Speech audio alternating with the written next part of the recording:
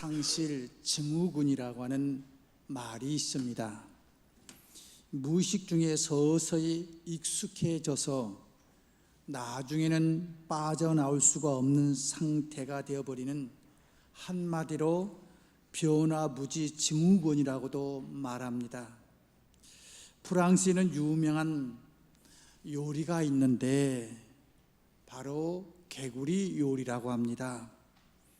이 요리는 어떻게 하느냐면, 손님이 이제 식탁에 앉으면 그 버너와 냄비를 가져다 놓고 직접 그 손님이 보는 앞에서 개구리를 산채로 냄비에다가 넣고 조리를 한다고 합니다. 이때 물의 온도는 개구리가 가장 좋아하는 온도로 처음에 시작한다고 그러지요. 너무 뜨겁거나 차가우면 개구리가 튕겨져 나오니까요, 개구리가 가장 좋아하는 온도로 넣어놓고 이제 그 밑에서 바나로 조금씩 불을 이제 붙이면은 이 개구리는 좋아가지고 세상 말로 흥분되어 있는데, 조금 있으면 내가 죽었는지도 모르게 그저 죽어버리는 그 현장을 보게 된다는 것이지요. 우리 인생도 마찬가지인 것 같습니다. 당장 먹고 사는 걱정은 없으니까, 친구도 많고 큰 걱정거리가 있는 것도 아니니까 이만하면 됐지 하는 안일한 생각에 빠져서 지금 내가 어디에 있는지, 지금 내 밑에서 어떤 일이 일어나고 있는지도 모르고 하루하루 지나가는 나의 인생, 마치 개구리가 처음에 그 냄비에 들어갔을 때 누가 이렇게 나를 위해서 엄청난 일을 준비해 놨지 하면서 기뻐했지만, 결국은 그것이 나의 파멸로, 죽음으로 이끌고 간다는 사실을 모르는 것이지요. 이렇게 비전상실 증후군이 지금도 우리를 개구리처럼 삶아대고 있다면 과연 어떻게 되겠습니까? 더군다나 영적 변화에 민감해야 할 우리들이 만약 세상에 눌러 앉아 죽어가고 있다면 그보다 심각한 것이 아마 없을 것입니다. 어쩔 수 없이 환경에 끌려 산다고는 하지만은 인간이라고 하는 존재를 잃어서는 안 됩니다. 살다 보면 자신도 모르게 본능과 많은 욕심에 이끌려 갈 때가 많습니다마는, 그래도 나의 나된 정체를 절대로 잊어버려서는 안 되겠지요. 오늘 사도 바울이 내가 자랑할 것이 있다고 하면서 자랑합니다. 오늘 본문은 아닙니다마는 데살로니가전서 1장 2절부터 보면 이렇게 이야기하고 있습니다. 우리가 너희 모두로 말미암아 항상 하나님께 감사하며 기도할 때에, 항상 하나님 앞에 감사하며 기도할 때에 너희를 기억하면, 지금 데살로니가 교회를 기억하면 너희의 믿음의 역사와 사랑의 수고와 우리 주 예수 그리스도에 대한 소망의 인내를 우리 하나님 앞에 끊임없이 기억하미니 라고 이야기하고 있습니다. 바울의 자랑거리는 바로 데살로니가 교회였고 데살로니가 교인들이었습니다. 그런데 여기서 중요한 것은 바울이 하나님 앞에서 감사했다는 겁니다. 다시 말해서 하나님 앞에 자랑거리가 뭔가, 이 바로 데살로니가 교회였습니다. 이 교회는 어려운 가운데 세워졌던 교회였습니다. 그런데도 불구하고 놀랍게 부흥하고 성도들의 믿음이 아름답게 자라났습니다. 데살로니가 교회의 성도들은 사랑의 수고, 믿음의 역사, 소망의 인내를 지닌 신앙생활로 모든 교회의 본이 되었습니다. 많은 환난 가운데서 복음을 받아들인 교회, 전도하는 교회, 선교하는 교회로 아름다운 열매를 맺고 있었기 때문에 바울이 이 데살로니가 교회를 보면서 너희는 우리의 영광이요 기쁨이라고 자랑하고 있습니다. 그야말로 복음의 승리, 사역의 승리, 믿음의 승리의 표본이 된 교회요 성도들이었습니다. 이런 교회가 있다면 그런 교회야말로 우리 모두의 자랑요 면류관이라고 여겨지며 기쁨과 행복을 전하지 않겠습니까?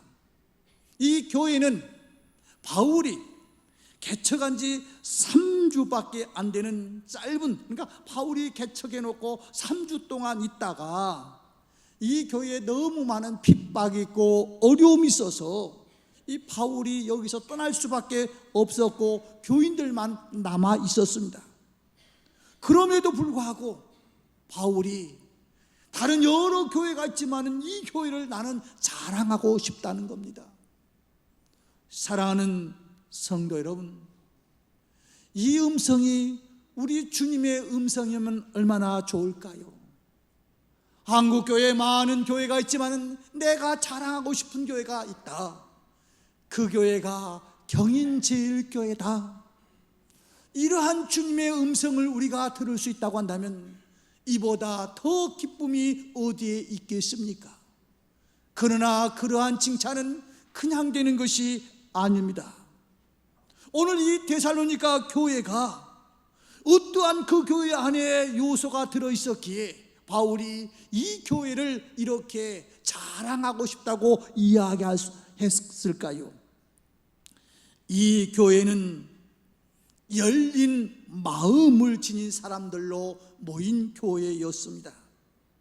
사도 바울이 데살로니가 교회에 사역을 하면서 유대인들이 간계와 핍박을 가해 오기에 견딜 수가 없어서 이 지역을 떠날 수밖에 없었습니다.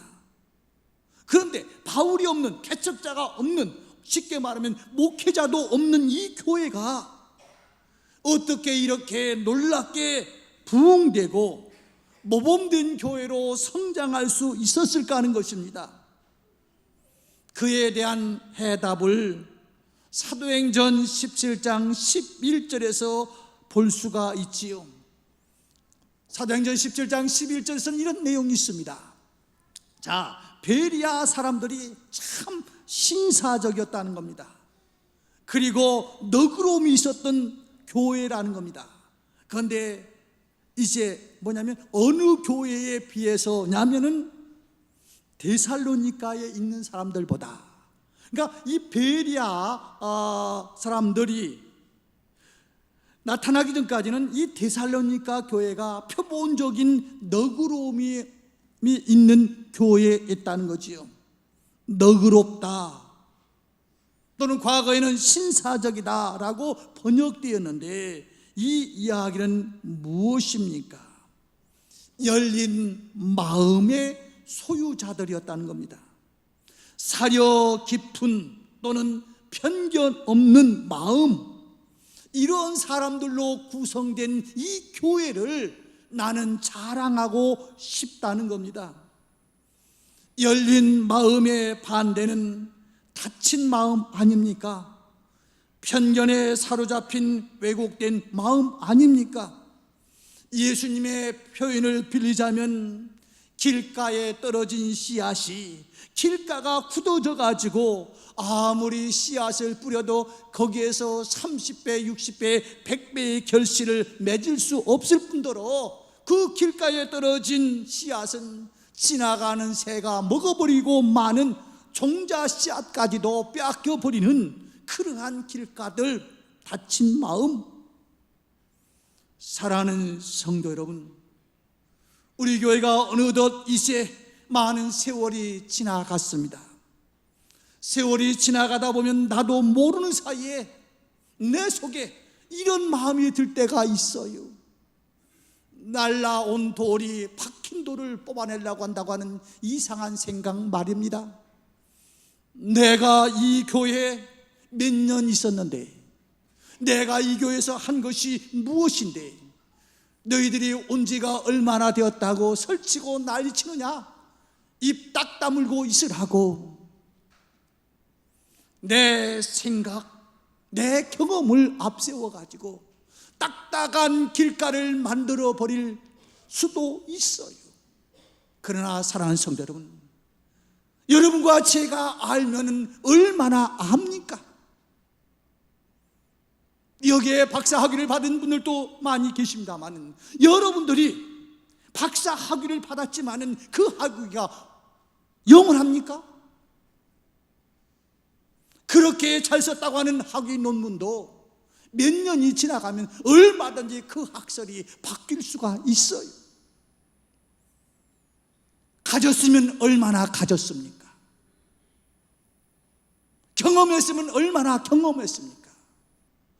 내가 아는 지식, 내가 경험한 것, 내가 느낀 것이 전부입니까? 그걸 가지고 남을 판단하시겠습니까? 아니에요. 바울이 자랑하는 이 교회는 넓은 마음의 소유자들로 차 있었던 사람들이라는 겁니다. 하나님은 우리 인간을 한 사람도 똑같이 만들지 않았어요. 같은 시간에 태어난 쌍둥이도 달라요. 그런데 다른 문화에서 성장했고, 다른 문화에서 공부했고, 다른 문화에서 여러 가지 체험을 했던 사람들이 어떻게 나와 똑같을 수가 있겠습니까? 아니, 똑같으면 좋을 것 같습니까? 안 그래요. 무지개가 아름다운 것이 왜 그렇습니까? 색깔이 다 다르지만은 거기에 아름다운 하모니를 이루니까 색깔이 너무너무 멋있잖아요. 악기들이 똑같은 음을 낸다고 하면 그 악기 뭐가 그렇게 중요하겠어요?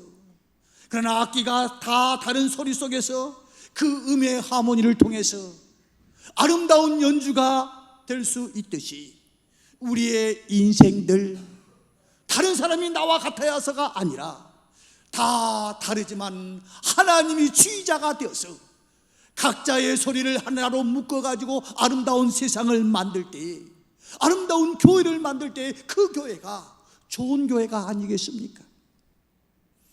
너는 왜? 아닙니다.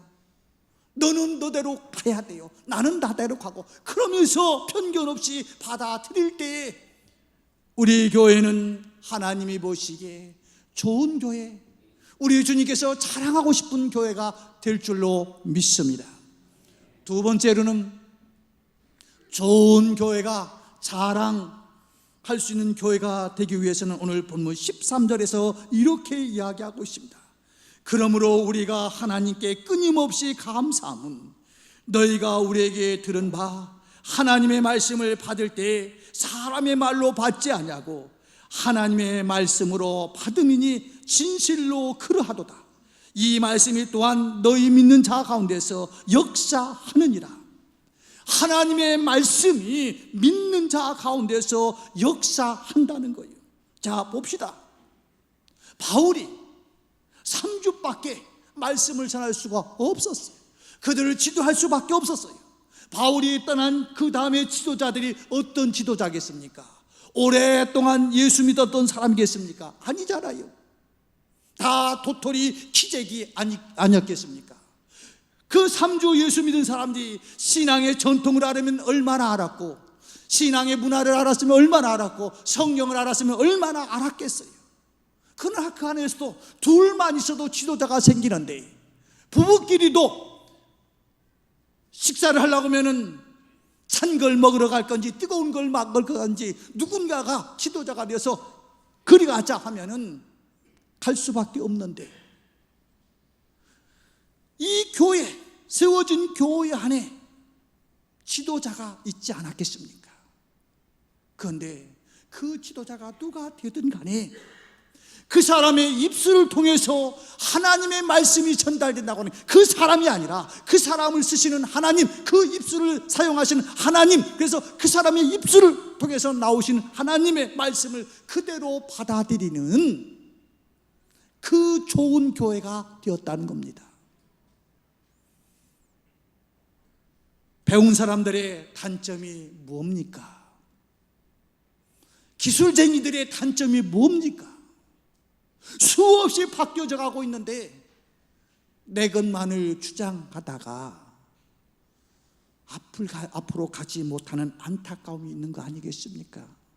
오늘 이 교회는 누구냐가 아니라 그 사람의 입술을 통해서 나오시는 하나님의 말씀을 아멘으로 받아들이는, 그래서 하나님의 역사가 일어나는 교회가 되었다는 거예요.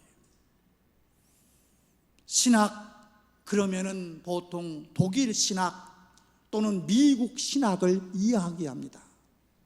설교가 그러면 영국의 설교가들을 이렇게 스펄전을 중심으로 해서 말하는 분들이 많습니다. 그래서 우리나라의 사람들도 미국으로 유학 가고 또 영국으로 또는 독일로 유학 가시는 분들도 있습니다. 그런데 말입니다, 그들이 설교한 설교문들 논리가 정연합니다. 성서 지식이 깊습니다.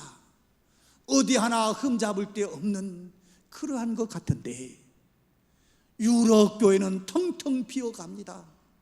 미국 교회는 텅텅 비어가고 있습니다. 그런데 사람들은 그럽니다.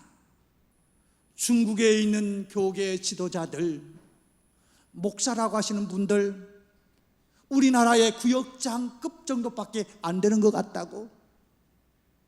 전번에 필리핀에 그 목회자들이 우리 교회에 와가지고 2박 3일 동안 있었습니다. 그 선교사가 하시는 말씀이 그래요.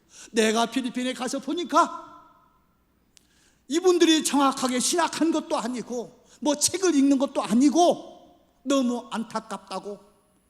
그래서 한국 교회에 와서 좀 뭔가 좀 가르치고 싶다고 그래서 왔습니다마는, 그런데요 미국 교회는 텅텅 비는데 사람 보기에 좀 부족하지만은 그들이 목회하는 교회들 정말로 깜짝깜짝 놀라게 많은 사람들이 몰려오고 있다는 사실 아십니까? 왜요? 누구의 입술을 통해서든지 간에 하나님의 말씀이 전해진다면 아멘으로 받아들이고 그 말씀을 믿으니까 하나님의 역사가 일어나더라는 겁니다. 저는 우리 구역에서 어떤 구역장님이 말씀을 전하든지 간에 그 구역장님이 나보다 어리다, 뭐 배운 것이 적다, 뭐하다 평가하면서 나는 이런 사람인데 하는 것이 아니라 그 사람의 입술을 쓰시는 하나님 앞에 순종하는 그러한 교회가 되었으면 좋겠어요. 그래서 구역에서부터 놀라운 하나님의 역사가 일어나고 우리 교회에서 전도사님이 설교하든 부목사가 설교하든 담임 목사가 설교하든 그 사람이 중요한 것이 아니라 그 사람을 쓰시는 하나님의 능력을 아멘으로 받아들일 때에 3주밖에 안 되었던 이 데살로니가 교회가 놀랍게 성장해서 바울이 자랑거리가 되었던 그 모습이 우리 교회의 모습이 되기를 간절히 소망해 봅니다. 마지막으로는 이 교회는 어떤 교회였느냐 하면은 고난을 감내하는 교회였습니다. 데살로니가 교회가 부흥하며 변할 수 있었던 것은 고난을 기꺼이 감내할 줄 알았습니다. 오늘 본문 14절에 보면 이렇게 말합니다. 형제들아, 너희가 그리스도 예수 안에서 유대에 있는 하나님의 교회들을 본받는 자 되었으니 그들이 유대인들에게 고난을 받은 것과 같이 너희도 너희 동족에게 동일한 고난을 받았느니라. 너희도 고난을 받았다는 거예요. 유대에 있는 교회들은 역사와 전통을 자랑하는 탁월한 교회들이었습니다. 베드로를 비롯한 여러 사도들이 목회하는 예루살렘 교회, 사마리아 교회, 안디옥 교회와 같은 그 당시 모든 사람들이 존경하는 교회 중에 교회들이었습니다. 생명의 역사가 끊이지 않는 교회였습니다. 그에 비하면 이 데살로니가 교회는 개척교회요, 연약한 교회요, 지도자다운 지도자도 없는 교회였습니다. 그럼에도 불구하고 이 교회가 이렇게 성장할 수 있었던 것은 무언가? 오늘 바울은 너희들이 고난을 받은 것을 나는 자랑한다고 이야기하고 있습니다. 교회의 역사와 전통도 중요합니다. 그러나 역사와 전통보다 더 중요한 것은 생명의 역사입니다. 교회를 통해서 계속해서 죄인들이 회개하고 복음이 선포되면서 사람이 변화되는 것이 역사와 전통보다 더 중요합니다. 교회는 생명과 구원의 역사가 끊이지 않아야 됩니다.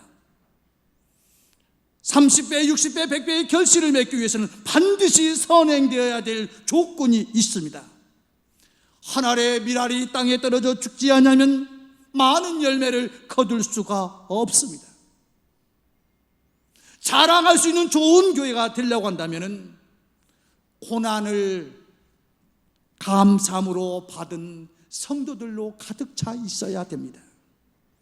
신앙생활이 평탄했으면 신앙의 성장 속도가 더딜 수 있는데, 고난이 오면은 오히려 더 단련하고 더 연단해서 짧은 시간에 온전한 신앙으로 다듬어질 수가 있습니다. 고난 앞에서 흔들리고 물러서는 연약한 신앙이 아니라 이 고난을 이길 수 있는 성도들, 오늘 이 교회가 고난 없이 큰 교회가 아니라 고난 속에서 성장한 교회, 이 교회를 나는 자랑하고 싶다고 오늘 바울은 이야기하고 있습니다. 사랑하는 성도 여러분, 우리는 신앙생활 하면서 내 앞에 아무 고난이 없기를 원합니다. 그러나 고난은 나에게 유익이라고 하는 하나님의 말씀과 같이 좋은 교회가 되려면 고난이 있어야 됩니다. 나 자신도 마찬가지입니다. 내가 온전한 신앙이 되려고 한다면 고난이 있어야 돼요. 그래서 우리 모두는 고난 대학, 고난 학과에 가서 필수 과목을 이수해야 돼요. 그 과정을 거쳐야 진정한 신앙이에요. 숫자가 중요한 게 아니에요. 고난을 감수하지 않은 사람들은 고난이 오면 다 도망가 버려요. 정말로 예수 안에서 내 생명을 버리고 예수 안에서 복음을 위해서 모든 것을 버릴 수 있는 진정한 생명 있는 씨앗, 여러분들 계란을 잘 아시지 않습니까? 어미닭이 이제 계란을 품을 때 주인이 갖다 계란을 넣어놔요. 그러면 어미닭이 22일 동안 그저 먹이도 안 먹고 가끔 어쩌다 한번 물 한 번 마시고 다시 들어가서 생명을 걸고 계란을 품습니다. 한 3주 지나면은 계란이 변해서 뭐가 되죠? 병아리가 됩니다. 한 조건이 있어요. 거기에 유정란이라고 하는 조건이 붙습니다. 유정란이 되어야 그 어미닭이 생명을 걸고 이제 품었던 그 계란이 달걀로 변화되는 거지. 무정란은 21일 지나고 나서 왜 이게 병아리가 안 되지 하고 톡 차 깨보면은요, 스컹크가 낀 것보다 더 고약한 냄새가 납니다. 고난이 없이 성장한 신앙인들, 세월이 지나면 하나님의 영광을 가리는 신앙인으로서의 그러한 교회로서 있을 수밖에 없어요. 한국 교회가 그래도 지금까지는 세계가 부러워하는 교회가 될 수 있었던 기초가 뭔지 아십니까? 우리의 선배들 고난부터 시작됐어요. 선교 정책도 마찬가지요. 레비우스 선교 정책이라고 해갖고 선교사들이 죽든 살든 그 교회는 그 교회가 알아서 책임지고 해라. 뭐 어디 가서 미국에서 보조받아갖고 누구한테 보조받았다고 하는 것이 아니라 그 교회는 그 교회가 알아서 해라. 부자였던 선진국들이 교회를 도와줬으면 얼마나 좋겠어요. 그런데 우리의 선배들은 우리의 교회 우리가 책임지겠다고 하는 모습으로 하다 보니까 힘들고 어렵기도 했고, 그러한 사상으로 하다 보니까 제가 알고 있었던 옛날 어떤 집사님은 새벽 기도 가면은요, 남편이 교회를 찾아와요. 그러면서 니은자 붙이면서 옛날엔 머리를 다 길게 했잖아요. 막 휘어잡고 막 끌고 오는 거예요. 아마 지금 그렇게 핍박하는 남편이 있으면 다 그냥 손들고 항복하고 말거리요. 그리고 또 어떤 날은 그래도 안 되고서 새벽기도 갔다 와서 이제 흥얼흥얼하면서 노래 부르면 이제 마당 쓰는 척하다가 그 빗자루로 그냥 힘껏 때려버려요. 그래도 주여 하고서는 남편 원망하지 않고 그렇게 얻어맞는 발을 허벅지를 만지면서 하나님, 내 남편도 구원받게 해달라고 그 고난 속에서 기도했던 그 우리의 선배들, 그런 분들의 그 기도가 오늘 우리가 되었는데, 우리의 지금 온도가 따뜻한 냄비 속에 들어있다고, 지금 사탄 마귀는 하나님의 나라의 역사가 점점 확장되어 자기의 나라를 빼앗아가고 있는 것을 가장 싫어해서 저 밑에다가 너희가 가장 좋아하는 것, 이 온도 아니냐. 그런데 사실은 그 밑에서 불을 떼고 있는데 우리의 영혼을 죽이려고 하는데, 우리는 그 물속에서 참 좋다 참 좋다 하다가 내 영혼 멸망해버리면 그것보다 더 안타까운 것이 어디 있겠어요. 사도 바울은 이렇게 말합니다.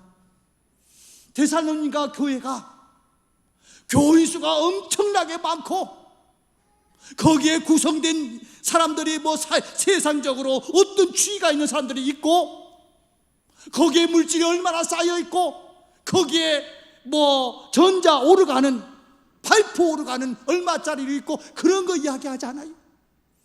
너희가 고난 받았으니 고난 받은 것을 자랑으로 여기고 있습니다. 한번 보십시오. 이제 말씀을 맺을게요. 고난 속에서 성장한 자녀들은 어떤 좋은 일이 있을 때는 엄마 생각합니다. 아빠 생각합니다. 그런데 오직 너 했던 사람은 힘들 때 왜 나를 낳아줬느냐고 그렇게 키워놨음에도 불구하고 엄마 아빠를 원망하고 맙니다. 고난은 결코 우리에게 없어야 될 것은 아닙니다. 오늘 말씀을 맺을게. 이 데살로니가 교회가 개척한 지 3주밖에, 다른 교회 같으면 다 흩어지고 말 텐데, 그런 교회가 어떻게 바울이 자랑하고 싶은 교회로 될 수 있느냐 하면, 첫 번째는 신사적인 마음, 넓은 마음이 있었습니다. 옥토와 같은 마음이 있었습니다. 끼어앉는 마음이 있었습니다. 두 번째는 하나님의 기적은 하나님의 말씀을 그대로 믿을 때에 기적이 일어나는 거예요. 하나님의 말씀을 누가 전하든지 간에 그 입술에서 나오는 말씀을 아멘으로 받아들였어요. 마지막으로는 이렇게 하다 보니까 여러 가지 어려움이 있었음에도 불구하고 어렵다고 세상 말로 36개에 놓고 도망치는 것이 아니라 내게 주신 이 고난을 내가 감당하겠다고 하는 십자가를 지고 나갈 때 이 교회가 위대한 교회가 될 수 있었듯이, 신학자들은 교회를 두 가지로 이야기합니다. 하나는 이렇게 유형교회와 무형교회, 한 사람 한 사람을 이야기합니다. 우리 무형교회가 주님 보시기에 자랑한 교회가 된다면, 이 유형교인 경인교회에게는 자연적으로 하나님께서 자랑하고 싶은 교회가 될 줄로 믿습니다. 다른 사람 탓하지 말고 내가 교회가 되어서 이렇게 넓은 마음을 가지고, 그러나 하나님의 말씀은 말씀대로 그대로 믿고, 그 다음에 고난을 싫어하는 것이 아니라 한 알의 밀알이 땅에 떨어져야 30배, 60배, 100배의 결실을 맺는다고 하는 그 분명한 하나님의 진리의 말씀을 아멘으로 받아들이고, 우리가 신앙생활 한다면 주님이 다시 오는 날, 아니 주님께서 자랑으로, 자 인천에 있는 송도동에 있는 경인질교를 보았느냐? 나는 그 교회를 자랑하고 싶다 하는 말씀이 있을 줄로 믿습니다. 그 일에 우리 모두가 쓰임 받기를 주의 이름으로 축원합니다. 기도하겠습니다.